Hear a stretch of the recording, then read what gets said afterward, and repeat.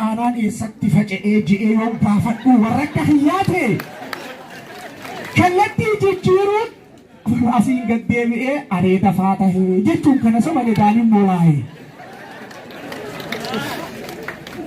Koofiyaan uffadha yeroo hundaa akka carraa ta'e aduu irratti ka'ee hoggan asiin bahe ispaaltii waaqayyoo ganamaan na faayi tanarra qubachuun kan balaqqeesse.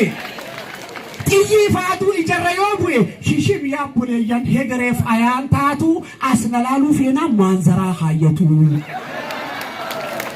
Tanumaafuu warri maanzaraa baafatee oduu as na laaluu ijjisaa miidhamte miidhaa irra geef seeraan himatamuu beeksiseetiin jira ittiin gaafatamu maanzaraa haayyadhaan haanaaf hubatamu.